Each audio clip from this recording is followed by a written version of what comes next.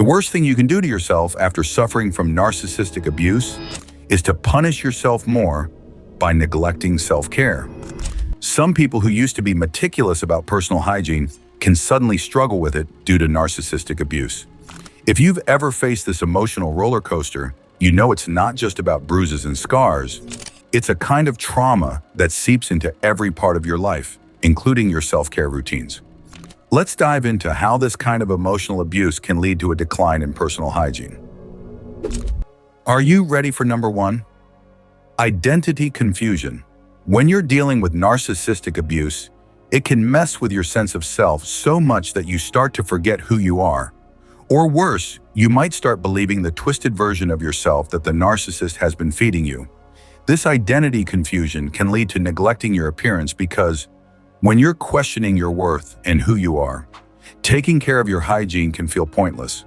As Dr. Ramani Durvasula, a clinical psychologist, points out, narcissists erode your sense of self, and when you don't know who you are, you stop caring for the person you see in the mirror. Listen closely. If your reflection looks like it just rolled out of bed 3 days ago, blame the mind games, not your laziness. Let's talk about number 2. Feeling unseen. When you're stuck in the whirlwind of narcissistic abuse, it can feel like you're completely invisible, like you're just a ghost floating around while the narcissist either ignores you or picks apart everything you do. And when you feel that unseen, it's easy to neglect personal care. If the person you're with can't acknowledge your existence, who cares if you haven't showered in a few days? According to Dr. Sherry Steins, a therapist who specializes in narcissistic abuse, victims often feel erased by the narcissist's constant criticism, leading them to stop taking care of themselves because they feel unworthy of attention. Remember this: if you're feeling like a human-shaped shadow, don't be too hard on yourself. Your self-care game is just another casualty of their emotional hit and run. Let's move on to number 3. Fear of judgment. Narcissists are so quick to criticize you. You're constantly tiptoeing around, unsure if today's outfit or that new hairstyle will trigger their criticism. So to avoid the never-ending critique, you might skip the whole self-care routine altogether. As Dr. Judith Orloff, a psychiatrist, says, narcissists thrive on tearing others down, leaving you too scared to invest in your well-being. Keep this in mind. If you feel like self-care is more trouble than it's worth, it's not that you're lazy. You're just tired of dodging those judgmental bullets. Now let's continue to number 4. Body dysmorphia. Narcissists have a knack for making you feel like nothing about you is ever good enough. You might start developing body dysmorphia, where your reflection in the mirror looks more like a funhouse version of reality. And when you feel that nothing you do will ever make you look right, your motivation to keep up with basic hygiene takes a nosedive. Why bother brushing your hair or washing your face if all you see are flaws? As Dr. David Veal, an expert in body dysmorphic disorder, puts it, narcissistic abuse can distort your self-image so much that you lose the will to care for the body you're in. Take note of this. If your hygiene routine has turned into a quick rinse and a prayer, blame it on the narcissistic abuse, not your reflection. You shouldn't miss number 5. Eating disorders. When you're dealing with narcissistic abuse, it's not uncommon to end up with eating disorders, and that's like throwing a wrench into your energy levels. If you're battling with food issues, whether it's overeating, undereating, or just not eating at all, you're probably running on empty. Dr. Amy Baker, a psychologist specializing in trauma and eating disorders, says eating disorders can sap your energy, making it hard to focus on even basic self-care routines. So if your self-care has become a great challenge, it might be because your energy tank is running on fumes due to the fallout of narcissistic abuse. Are you still up for number 6? Isolation from support systems.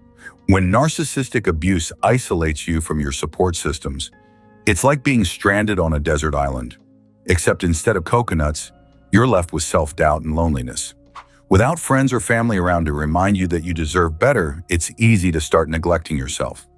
As Dr. Ramani Durvasula points out, narcissists isolate you to control you, and that isolation often leads to self-neglect because you lose the external validation that helps you maintain self-care. Consider this. If your hygiene has gone off the rails, it's not just about skipping showers. It's about losing the people who made you feel worth the effort in the first place. Let's keep it moving to number 7. Control over appearance. When a narcissist is trying to control every aspect of your appearance, telling you what to wear, how to style your hair, or even how much makeup to use, it can feel like you're living under a fashion dictatorship. And sometimes the only way to rebel against that control is to stop caring about your appearance. According to Dr. Wendy Bahari, a therapist specializing in narcissistic abuse, self-neglect can become a subtle form of resistance against the abuser's control. Take note of this. If you find yourself ditching the razor and rocking a messy bun, it might be your way of flipping the bird to their controlling ways. Here comes number 8. Overdependence.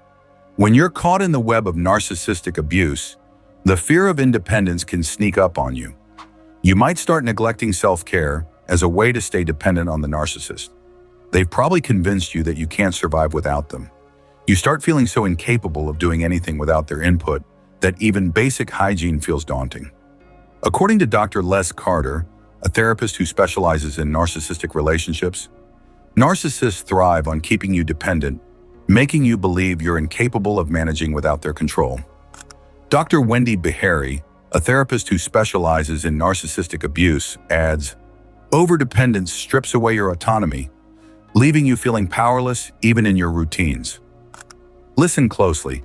If your hygiene routine looks more like a distant memory than a daily ritual, it might be time to reclaim your independence from the narcissist's shadow.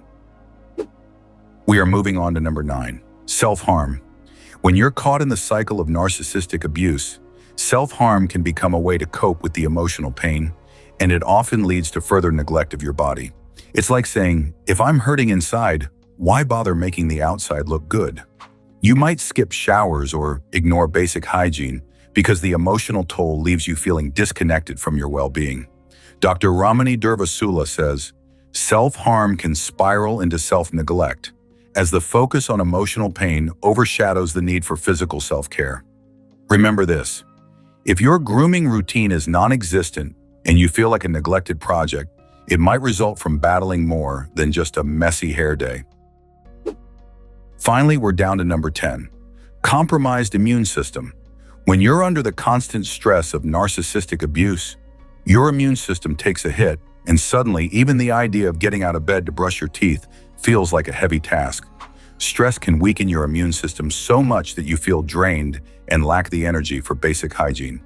According to Dr. Bruce McEwen, a neuroscientist who studies stress, chronic stress impairs immune function, which can sap your energy and make self-care feel like a Herculean task. So if your hygiene routine has taken a nosedive, it's not just about laziness, it's your stressed-out immune system begging for a break. Narcissistic abuse isn't just an emotional battle. It can affect your daily life in ways you might not expect, including your hygiene. When you're caught in this kind of toxic cycle, it's easy to let self-care slip because you're constantly drained and overwhelmed. But here's the good news. Recognizing this connection is a powerful first step. It means you can start to address it and reclaim your self-care. Little by little, you can rebuild those habits and restore your well-being. It might be tough, but taking small steps towards improving your hygiene and self-care can make a big difference. Remember, it's about progress, not perfection, and you don't have to go through this alone. Seeking support and building a positive routine can make all the difference.